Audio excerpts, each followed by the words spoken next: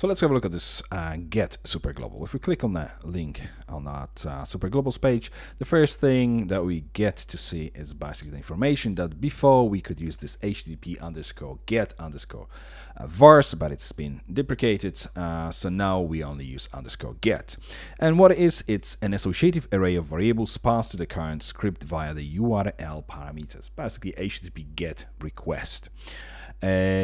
All of the super globals, just to let you know, are of an associative array type. So whichever one we're going to be discussing within this chapter, they all arrays. So basically adding to them, removing items is pretty much the same way as arrays, except for a few of them which we'll cover in detail as well. Things like cookies, for instance, they work slightly different way, but we'll have a look at this later on.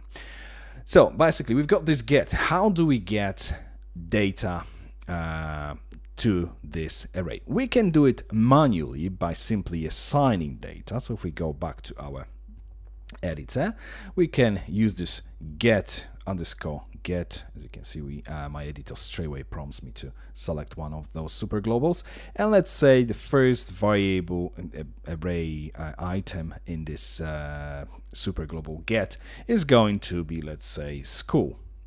And if I now simply do equal and school, let's say SSD tutorials. And now what I'm going to do is simply use print r. So first I'm going to echo pre-tags to make sure that it's nicely formatted, and then print r, same way as we did with any other array, and then echo closing pre-tag, and there we go. Our get underscore get super global is now inside of our print r function. So let's quickly have a look at this, what it's going to give us in a browser. If we refresh it, as you can see, it's an array, and it gives us the index of school with the value which we've associated with the specific index of this get array. So if we go back to our editor, so that's one way of adding values to our super global get. Another way would be obviously using the same thing as we did with standard array. We can use array, say push, and we are going to use our get super global, and then we are going to add value to it. Let's say what can we put here? School name. And if I now save it, and if we go back to our browser, refresh it, as you can see with array push we can't define the index. That's why it took automatically just the numerical one starting at 0, and then obviously the value which we've added to it.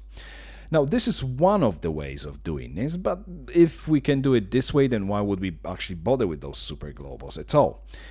And the most common way of using get super globals, as I said, because they give us ability to basically preserve data from one page load to the other, is using the HTTP GET request. And what does it mean, basically, HTTP GET request?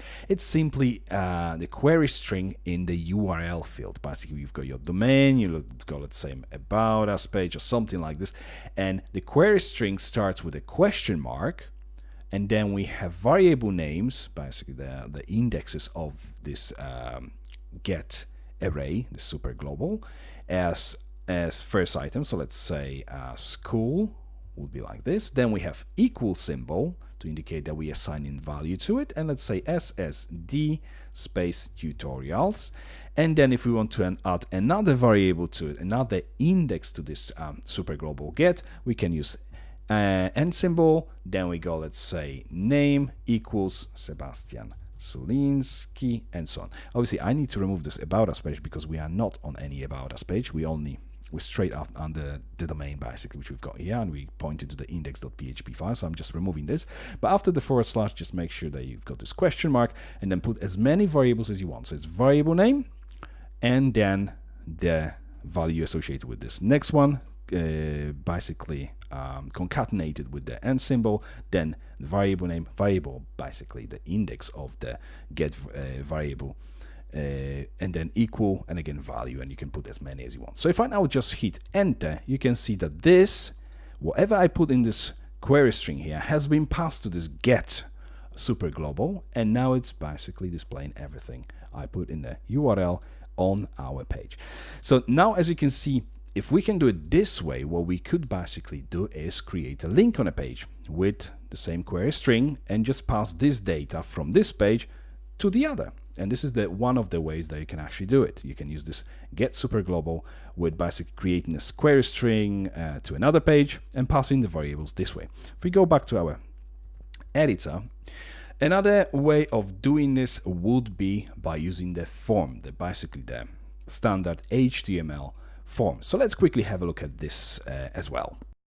So let's keep this echo and print at the top, and I'm just going to close this PHP tag and start with the HTML form tag. So form, and we are going to use the method of get, because this is what we want to. As you can see, I've been prompted when I selected the method, I've been prompted to whether select get, or you can also use post. There are only, unfortunately, 2 methods, although basically there are many more requests than just get on post. But at the time of this recording, the only methods that HTML forms support is basically get and post. So we are looking obviously at our get superglobal variable, so we need to match this method to get, because what's going to happen when we submit this form is basically going to take all the input elements that we are going to add to this form and form the query string. Basically, it's going to reload the same page with this query string in. So let's quickly create an input of the type text, and we are going to give it a name of school, which is going to be the key, the index in this query string. And then we're going to, let's give it some placeholder as well to indicate what we are actually after. School name, for instance. Let's now duplicate this line, and I'm going to replace this with location, and then name for this one is also going to be location. And then the last item will be input of the type submit, and the value simply submit. It's just a submit button, obviously. I'm not doing any styling, so it's not going to be pretty, but it's going to do the job just basically what we need. So I'm just going to remove the query string which we currently have in the URL. As you can see, we've got this empty array because we haven't submitted any data yet, and obviously our simple form is displayed on the page as well. So I'm just going to put SSD tutorials as the first item for the school name, and then we have location, let's say United Kingdom. There we go. And if I now click submit, look at the URL, what's going to happen with the URL. There we go. As you can see, it created the query string. But one important thing to realize here, have a look at the spaces. As you have seen, obviously I put SSD space tutorials, but what it did with the query string, it's basically concatenated these 2 separate words with a plus symbol. Basically, that's how the query string is created when you actually submit it through the form. The same way as with any other array, we can remove items from the get superglobal using unshift function. So if we quickly go to our editor, and if I now, before I'm actually going to print anything from this get superglobal, if I'm just going to use unset function, put this get variable, and let's tell this unset function which actually index of this array we want to remove, and let's remove the school. So even though we're going to be submitting this using the form, the query string will be there, but we won't be seeing this specific item in the array. So if I now refresh the page, because obviously we've already got this query string in the URL, you can see that the school, even though it's in the query string, cannot be found in this array. So that's how we basically unset the items from the array. As you can see, pretty much the same way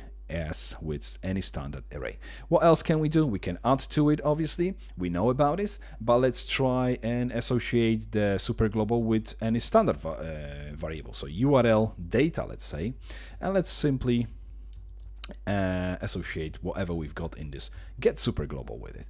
And now, if I'm just going to pass it to the print function, save the file, and preview everything in the browser, refresh the page, you can see, obviously we can see everything. Obviously school is back on because I've removed this unset function. As you can see, it still works. I've just basically created a copy of this get superglobal by assigning it to another variable.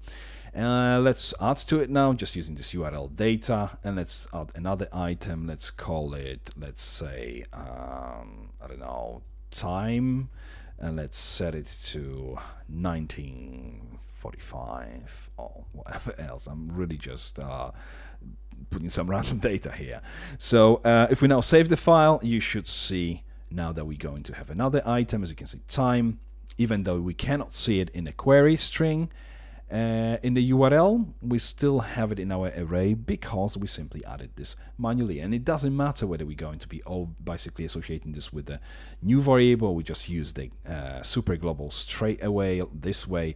If we, sorry, we obviously don't need the super global on its own here. So if we save it this way, it's going to work exactly the same way. So refresh it. Even though we haven't got it here, we still have it inside of this array because we added the index manually right before we actually outputted this to the browser. As well as adding new items to our get super global, we can also override the existing ones. So we know that we're gonna have school